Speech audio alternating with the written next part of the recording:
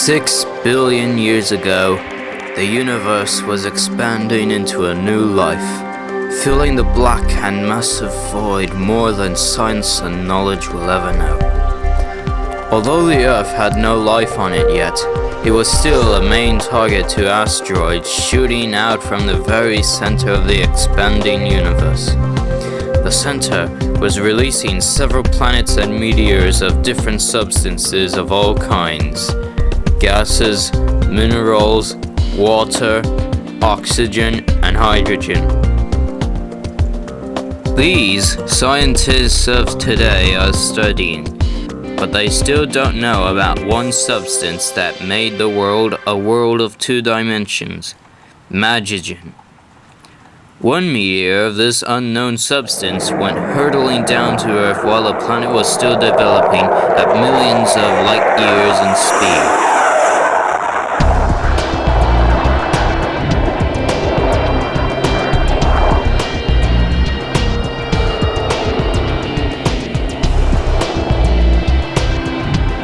The meteor got a direct path straight through a volcano and into the Earth's core.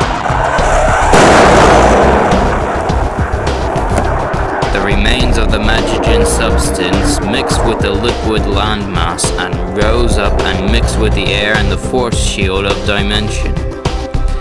Later, as the liquid landmass cooled and dried, the planet became a ball of coal all around. When the meteors struck the Earth, they divided the dimension shield into 2. One divided dimension became the dimension that we live in, the 3rd dimension, and the other half collected all the magen in the air and became the dimension we 3rd dimension people rarely know about, the magic dimension. The substance magen is the only known source of real magic, hence the name given to it by the scientists of the magic dimension.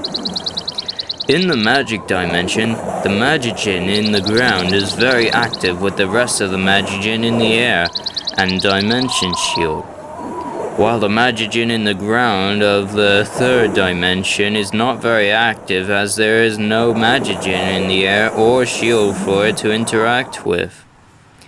When the people in the magic dimension heard about the invention of a steam-powered iron horse that rode on rails, they decided to try their hand at making one themselves. But the coal with magen in it was only at the isolated northern region of the island of Sodor. It was not until the Victorian age that this coal was discovered and dug out. It was immediately sent to a locomotive works to test it. Coincidentally, it was tested on an engine called Lady, who had just been finished being built. When the fire was lit, the magen flew and sparked from the coal.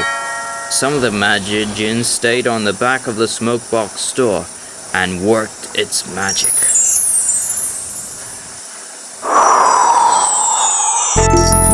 Everyone was surprised and startled that an engine would actually talk. While miners were pleased that they discovered something amazing, they felt that this coal would have to be kept secret for fear that it might fall into the wrong hands.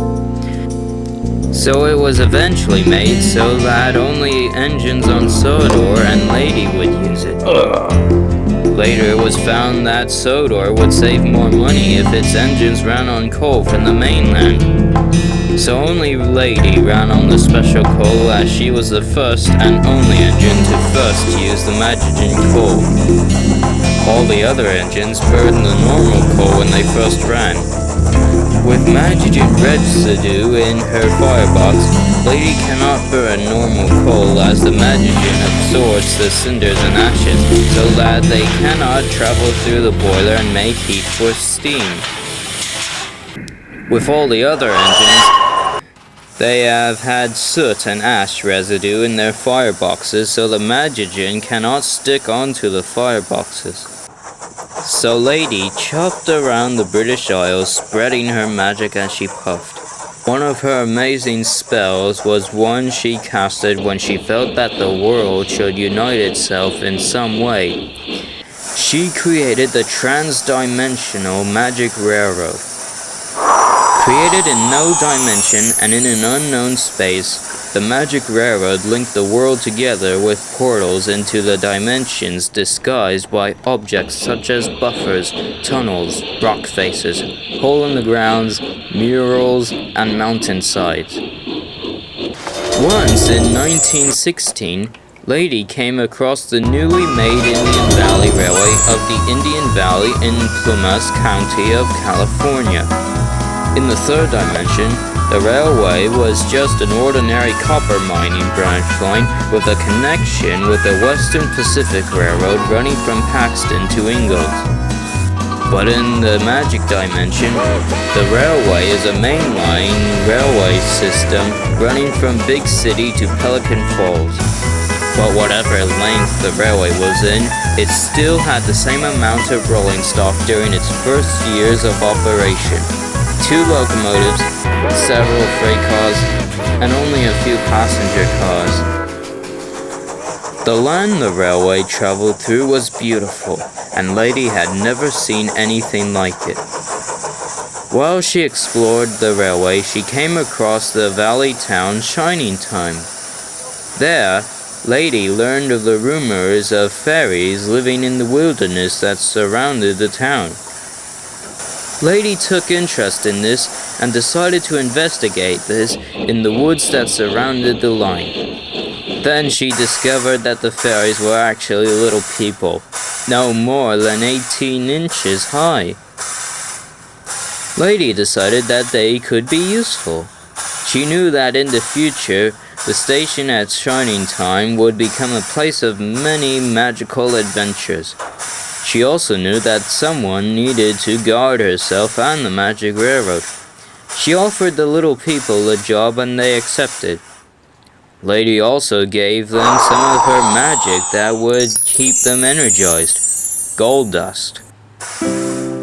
As time went on, Lady became more realized as an engine that was vital to the world and its existence. But there were still some things that Lady could not control or change. 2 of those things were time and fate. The copper mine on the Indian Valley Railway was closed down due to the declining value of copper.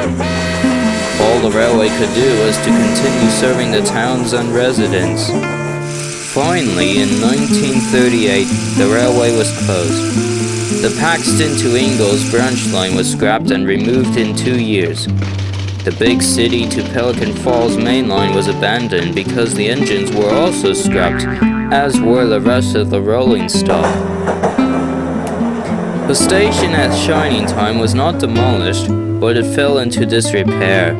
In 1945, America got into World War II and supplies were needed to go to the western side of the country. It was then that the U.S. Army Transportation Corps bought the Indian Valley Railway property for its use in transportation for the armed services in the western region. The Army rebuilt the railway line and brought its own locomotive and rolling stock, a Baldwin-built European-style steam locomotive, and various coaches to operate on the line. All the stations were restored to working condition for the Army men, except Shining Times. The little people, now called the conductor family, had enough of guarding 3 things at once.